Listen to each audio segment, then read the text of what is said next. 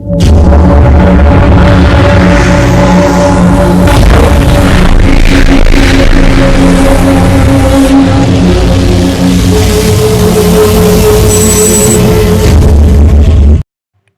को जय हिंद। मैं नितिन निकोड़े स्वागत करता हूँ आप सभी का आपके अपने YouTube चैनल में। देखिएगा, आज का एक वीडियो इंपॉर्टेंट होने वाला है क्योंकि आज के इस वीडियो में हम सीनियर डिवीजन के एनसीसी आर्मी विंग्स के रैंक के बारे में बात करेंगे। जी हाँ, बहुत सारे बच्चों ने मुझे ये कमेंट करके पूछा है कि सर एनसीसी में रैंक कितने होते हैं और उनके नाम क्या है। सर एनसीसी में रैंक कैसे दिए जाते हैं, सीनियर अंडर ऑफिसर बनने के लिए मुझे क्या करना पड़ेगा, हमें क्या करना पड़ेगा, ऐसे बहुत सारे बच्चों के डाउट्स थे। आपके एनसीसी के रैंक के रिलेटेड जितने भी डाउट्स आपके मन में, आपके माइंड में, आपके दिमाग में होंगे, वो आज आपके पूरे डाउट्स इस वीडियो को कंप्लीट देखने के बाद आपके जो डाउट्स है वो पूरे क्लियर होंगे, ये मैं यकीन के साथ बोल सकता हूँ। ठीक है, तो चलिए बिना किसी देरी से वीडियो को स्टार्ट करते हैं। तो मैं सबसे पहले आपको बता दूं कि हम नीचे से ऊपर जाएंगे, मतलब कि हम सबसे छोटे रैंक से बड़ी रैंक की ओर जाएंगे। इससे क्या होगा कि आपको जो समझने में आसानी होगी। हम पहले सबसे छोटी रैंक के बारे में बात करेंगे, उसके बाद हम बड़ी रैंक के ऊपर जाएंगे। तो देखिएगा, एनसीसी में जो सबसे पहली रैंक होती है वो होती है कैडेट, जिसको CDT भी कहा जाता है शॉर्ट फॉर्म में। कैडेट, जब कोई लड़का या लड़की एनसीसी में भर्ती होता है, जब वो ज्वाइंट होता है, तो उसे सबसे पहले जो रैंक दी जाती है वो कैडेट ही होती है। ठीक है, जब आप एनसीसी में पहली बार भर्ती होते हो, जब आप एनसीसी में ज्वाइंट होते हो, तब सबसे पहले जो आपको रैंक मिलेगी वो कौन सी मिलेगी, तो कैडेट ही आप लोगों को कहा जाएगा। तो इसका कोई इंसिग्निया नहीं होता है। तो चलिए सेकंड नंबर की रैंक के बारे में बात करेंगे, लांस कार्पोरल, जिसको LCPL भी कहा जाता है शॉर्ट फॉर्म में। देखिएगा, इस रैंक में आपको आपके राइट आर्म, जो आपके मसल्स होते हैं, जो आपके राइट आर्म पर ये काले रंग की एक पट्टी लगाई जाती है, एक फित्ती लगाई जाती है। आपके राइट आर्म के ऊपर एक काले रंग की और एक काला रेड रंग की एक फित्ती लगाई जाती है। आप आपकी स्क्रीन के ऊपर देख सकते हो, इस तरह से रैंक होती है और वो आपके राइट हैंड के ऊपर लगाई जाती है। ठीक है, कभी भी जो रैंक होती है भाई, वो राइट हैंड के ऊपर लगाई जाती है। इस बात को भी आप समझ लीजिएगा। तो अगर आप इस रैंक को पाना चाहते हैं, इस रैंक के ऊपर कैसे सिलेक्शन होता है, तो इसके लिए कुछ टर्म्स एंड कंडीशंस है, वो भी मैं आपको बता दूं कि इसमें जो है आपने एनसीसी में 3 महीने का प्रशिक्षण लिया होना चाहिए। आपको आपकी 75% परेड में उपस्थिति होना आवश्यक है। आपको ड्रिल, मैप रीडिंग और फील्ड क्रैप, बैटल क्रैप के बारे में पता होना चाहिए और इन तीनों का टेस्ट आपको देना होगा, उसमें आप पास होना चाहिए। ये 3 टर्म्स एंड कंडीशन है, तभी जो है आपको लांस कार्पोरल की रैंक मिल सकती है। चलिए तीसरी रैंक की ओर बढ़ते हैं, कार्पोरल, जिसके CPL भी कहा जाता है। तीसरी रैंक कौन सी होती है, कार्पोरल, जिसको CPL भी कहा जाता है। इसमें आपके राइट हैंड के ऊपर 2 काले रंग की पट्टियां, 2 काले रंग की फित्तियां जो है आपके राइट आर्म के ऊपर लगाई जाती है।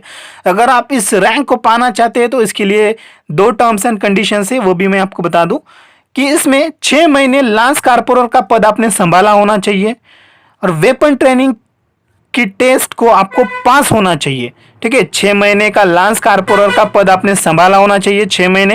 और उसके बाद में जो वेपन ट्रेनिंग होती है, शस्त्र प्रशिक्षण की जो ट्रेनिंग होती है, उसमें आपको पास होना चाहिए, तभी आप कार्पोरल रैंक के पद के लायक बन सकते हो।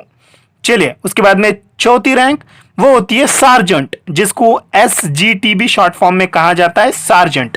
ठीक है, इसमें जो है वो 3 काले रंग की पट्टियां आपके राइट आर्म के ऊपर लगाई जाती है। आप स्क्रीन के ऊपर देख सकते हो, इस तरह से वो रैंक होती है।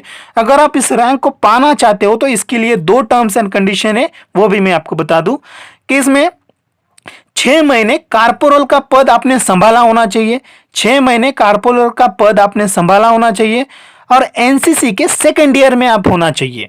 ठीक है, आप एनसीसी के सेकेंड ईयर के कैडेट होना चाहिए, तभी आप सार्जेंट के पद के लायक बन सकते हो। चलिए उसके बाद हम 5वीं रैंक की ओर बढ़ते हैं, कंपनी क्वार्टर मास्टर सार्जेंट, जिसको CQMS भी कहा जाता है शॉर्ट फॉर्म में।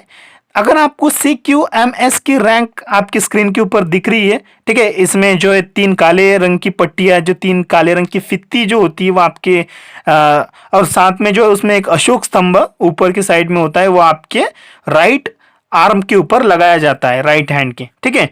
तो आप देख सकते हो आपकी स्क्रीन के ऊपर है। अगर आप इस रैंक को पाना चाहते हो तो इसके लिए 2 टर्म्स एंड कंडीशन है, वो मैं आपको बता दूं। इसमें 6 महीने कारपोरल का पद संभाला होना चाहिए, आपने 6 महीने कम से कम कारपोरल का पद संभाला होना चाहिए, और एनसीसी के सेकेंड ईयर में आप होना चाहिए, आप एनसीसी के सेकेंड ईयर के कैडेट होना चाहिए, तभी जो है आप कंपनी क्वार्टर मास्टर सार्जेंट के रैंक के पद के लायक आप बन सकते हो। चलिए, उसके बाद में आप सभी को मैं बता दूं कि कंपनी सार्जेंट मेजर, जिसे CSM कहा जाता है, कंपनी सार्जेंट मेजर, ठीक है। आप इसकी रैंक देख सकते हो, एक राजमुद्रा होती है आपके, इसमें जो है आप एक अशोक स्तंभ होता है, आप देख सकते हो आपकी स्क्रीन के ऊपर आपको दिखाई देगा, ठीक है। ये जो रैंक है वह ये बहुत कम जगह पे दी जाती है, बहुत कम जगह पे दी जाती है, बहुत रेयरली दी जाती है, ठीक है। इसके बारे में अगर आप, इसमें भी वही ये 6 महीने आप कारपोरल का पद संभाला होना चाहिए और एनसीसी के आप सेकेंड ईयर के कैडेट होना चाहिए, ठीक है। ये लेकिन ये बहुत कम जगह पे ये रैंक दी जाती है।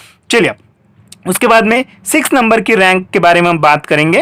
अब से जो होती है भाई, हमारी जो होती है वो ऑफिसर लेवल की रैंक स्टार्ट होती है। यहाँ से जो है हमारी ऑफिसर लेवल की रैंक स्टार्ट होती है, ठीक है। इसमें जो है इस ऑफिसर लेवल की रैंक में जो है जो रैंक होती है वो आपके शोल्डर पे लगाई जाती है, वो आपके कंधे के ऊपर लगाई जाती है। तो 6 नंबर की जो रैंक होती है वो होती है जूनियर अंडर ऑफिसर, जिसको JUO भी कहा जाता है। तो देखिएगा इसमें जो है एक काले रंग की पट्टी जो है आपके कंधे के, दोनों कंधे के ऊपर लगाई जाती है। आप देख सकते हो इस तरह से वो रैंक होती है। अगर आप इस रैंक को पाना चाहते हो तो इसके लिए 2 टर्म्स एंड कंडीशन है, वो आपको पूरी करनी होगी, ठीक है। 6 महीने सार्जेंट का पद आपने संभाला होना चाहिए। अगर आपको जूनियर अंडर ऑफिसर बनना है तो आपने 6 महीने सार्जेंट का पद आपने संभाला होना चाहिए, और एनसीसी का बी सर्टिफिकेट अच्छे ग्रेड से पास होना चाहिए आप, ठीक है। और एनसीसी का जो बी सर्टिफिकेट होता है वो आप अच्छे ग्रेड से पास होना चाहिए, तभी आप जूनियर अंडर ऑफिसर मतलब कि JUO के पद के लायक आप बन सकते हो। चलिए, उसके बाद में सबसे हाईएस्ट रैंक के बारे में हम बात करेंगे, 7वीं रैंक, ठीक है। 7वीं रैंक के बारे में हम बात करेंगे, सीनियर अंडर ऑफिसर, जो कि एनसीसी की सबसे बड़ी रैंक होती है, हाईएस्ट रैंक होती है। तो जिसे शॉर्ट फॉर्म में SUO भी कहा जाता है, सीनियर अंडर ऑफिसर, SUO भी कहा जाता है। इसमें जो है आपके काले रंग की 2 पट्टियां आपके दोनों शोल्डर के ऊपर लगाई जाती है। आप स्क्रीन के ऊपर देख सकते हो इस तरह की वो 2 पट्टियां होती हैं। अगर आप इस पद को पाना चाहते हो, अगर आप इस रैंक को पाना चाहते हो, इसके लिए आपको 2 टर्म्स एंड कंडीशन है वो पूरी करनी होगी। इसमें देखिए, कैडेट्स को कम से कम 6 महीने जूनियर अंडर ऑफिसर का पद आपने संभाला होना चाहिए। कैडेट ने कम से कम जो है वो 6 महीने जूनियर अंडर ऑफिसर का पद संभाला होना चाहिए, और आप में जो है वो ऑफिसर लाइक क्वालिटीज होनी चाहिए। आप में जो है वो ऑफिसर लाइक क्वालिटीज होनी चाहिए, तभी जो है आप सीनियर अंडर ऑफिसर बन सकते हो, ठीक है। तो आप सभी को मैं एक बात और बता दूं, आप आपके स्क्रीन के ऊपर देख सकते हो, ठीक है।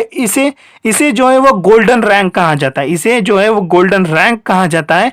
ये गोल्डन रैंक आपको कब मिलती है? जब आप RDC और TSC, RDC का मतलब होता है रिपब्लिक डे कैंप, और TSC का मतलब होता है थल सैनिक कैंप में आप जब दिल्ली में जाते हो, जब आप दिल्ली में ये कैंप करते हो, तभी जो है आपको गोल्डन रैंक दी जाती है, ठीक है। गोल्डन रैंक हम कभी भी नहीं पहन सकते, बहुत सारे कैडेट पहनते हैं अभी भी, लेकिन ये गोल्डन रैंक हमें तभी दी जाती है जब हम RDC कैंप दिल्ली में जाती है, TSC कैंप हम दिल्ली में जाते हैं, तभी हमारे कंधे के ऊपर ये गोल्डन रैंक दिखती है, लगती है, ठीक है।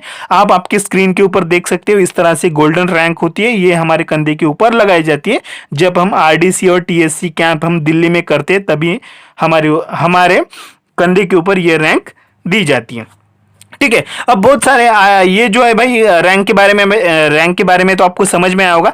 अब बहुत सारे बच्चों के मन में ये डाउट्स है कि सर हमें जो है वो SEO की रैंक कम से कम समय में अगर हमें पाना है, हमें कम से कम समय में SEO बनना है, सीनियर अंडर ऑफिसर, तो हमें क्या करना पड़ेगा, ठीक है। तो आप देख सकते हो मैंने कुछ OLQ, ऑफिसर लाइक क्वालिटीज के बारे में मैंने यहाँ पे बताया है। ये सभी क्वालिटी जो है आपको जो है आपके अंदर इंकलकेट करना है, इसको आपके अंदर डेवलप करना है, तभी जो है आप जो है सीनियर अंडर ऑफिसर कम से कम समय में, आप सेकंड ईयर में भी बन सकते हो सीनियर अंडर ऑफिसर, लेकिन ये जो है ऑफिसर लाइक क्वालिटीज आपके अंदर जो है होनी चाहिए, ठीक है। आप अभी पढ़ लो, इसका स्क्रीनशॉट भी ले सकते हो, ठीक है। ये जो है ये क्वालिटीज आपके अंदर आप हमेशा डेवलप करने के लिए ट्राई करो, ठीक है। उसके बाद में मैं आप सभी को भी फिर एक बात बता दूं कि देखिए देखिएगा आपके जो मैं सीक्वेंस से जो है वो सबसे छोटी रैंक कौन सी होती है, बड़ी रैंक कौन सी होती है, ये आर्मी विंग्स, नेवी विंग्स और एयरफोर्स विंग्स की इन तीनों के रैंक्स को मैंने आपकी स्क्रीन के ऊपर दिखाया है। आप देख सकते हो इस तरह से रैंक होती है। आप इसका स्क्रीनशॉट भी ले सकते हो ताकि आगे चल के आपको जो है समझने में आसानी हो। ठीक है, तो ये इसका स्क्रीनशॉट ले लीजिए और हमेशा जो है आप इसको देखते रहिए ताकि आपको समझ में आए कि रैंक कितनी होती है। ठीक है, आई होप कि वीडियो में दी जानकारी आपको समझ में आए होगी। अगर आपके रैंक के रिलेटेड आपका कोई भी अगर डाउट्स होता है, कोई भी क्वेश्चन होता है, तो आप मुझे कमेंट बॉक्स में बता दीजिए, मैं उसका आंसर आपको तुरंत दे दूंगा। और इसी तरह की नई नई जानकारी पाने के लिए आपके अपने यूट्यूब चैनल को सब्सक्राइब करके बेल आइकन को प्रेस कर लो। आगे चल के जो आपको इसी तरह की नई इंफॉर्मेटिव वीडियोस मिलती रहेगी। आपका कीमती समय निकालकर वीडियो देखने के लिए शुक्रिया। मिलता हूं दोस्तों अगले वीडियो में। जय हिंद, वंदे मातरम।